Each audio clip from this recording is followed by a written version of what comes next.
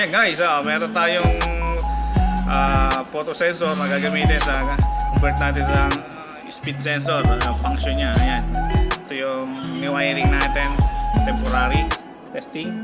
Guys, this photoelectric sensor I will install replacement to the speed monitoring of the bucket current using speed sensor, function. photo siya. Kaya kahit na metal, paper, wood, kaya niyang ma-monitor. Ayan guys. Yung distance siya niya-adjust. No? Tingnan mo yung kamay ko guys. So, ayan. Ayan. Nasa 1 foot o 12 inch yung distance. Higit pa. Pwede natin i-adjust yan. Ayan. Ayan. Kaya pagka nag-entry yung bagay na mamamonitor niya. Ayan. It has a diagram at the end of the video. That's proof yan guys. Maximum distance 1.5 meters. Ayan ha. Ayan, sige, pakita natin para sini-wire. Ayan guys, i-wiring natin tong photoelectric sensor. Ito ang pangalan niya. Carlo Gabasi. Ayan, press nyo yung terminal. Ayan. Meron siyang terminal na ito? 5. Ayan, 5 terminal. Ito yung 1, 2, 3, 4, 5. Sabi dito 1 and 2 supply. Pwede siyang AC/DC. Ayan guys, tingnan niya. Auto volt siya. Ayan. Meron siya tatlong deep switch para sa sensing kung yung materials mo ay malaki o maliit, pwede natin i-adjust dyan yung length. Ayan. Meron siya sensitivity. Ito sensitivity to. Ito pulse indicator pag naka-sense. Yan lang siya. Ito yung wiring motor. Wire.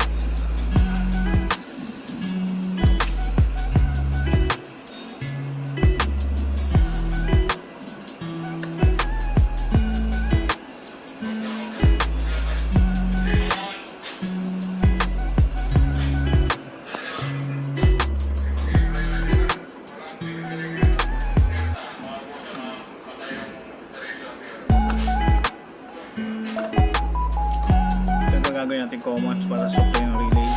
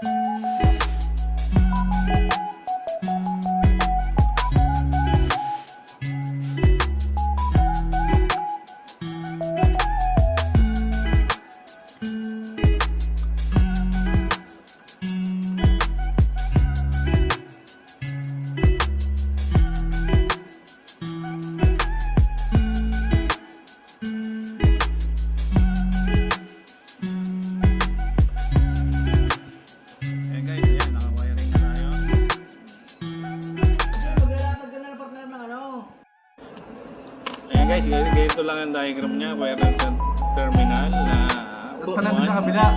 Pumutok ba yung ano doon? Pumutok yung fuse? Ano? Ano namatay yung Yung PC. 5. Yung 1 and 2 is power supply. Power supply. 220 volt AC or DC. Ayan, pwede siya. Tapos ito ay common contact. Kumbaga ganito lang yan guys. Ayan. Buhay ba? Sira yung tension. Ayan. Ganito lang siya. Normally close to. Ayan. Normally close. Normally open. Ayan guys, ganyan. Tapos maglalagay tayo ng relay. Halimbawa, ito yung relay.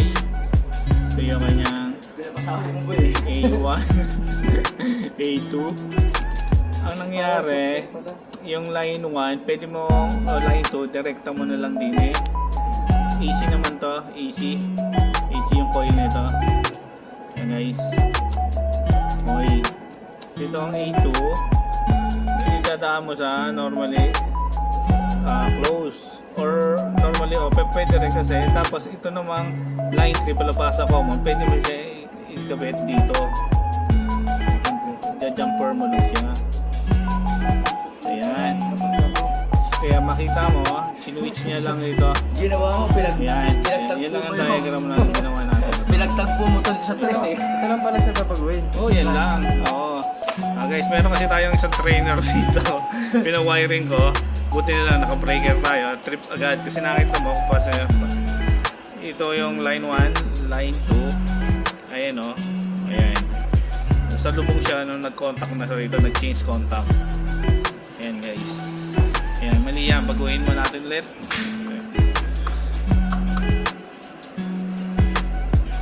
Ayan. Ayan guys, okay na. Ito yung line 1, line 2 natin. Kung mapasin nyo.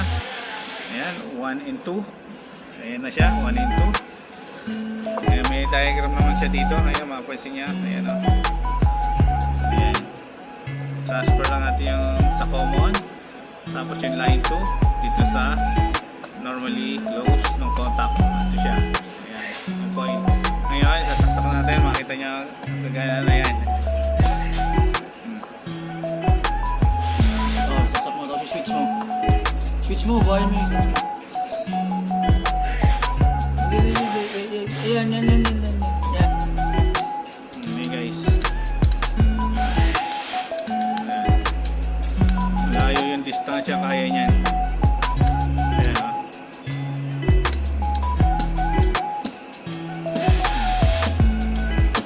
Photoelectric sensor guys, yan yung sensor. Actual, kitang kita, walang daya o. Ayan o. Paano siya nagpa-function? Ayan. Ayan, wala na. Good, very good. Ayan guys, sana may nakakita kayo ha kung paano mag short circuit. Ayan, tapos at normal circuit. Ayan, yan lang yun guys. Mga metal, mga papel, wood, pwede sa kanya. Ayan. Wala. Yun. Hindi niya makita malaki. Pwede siya maglaro.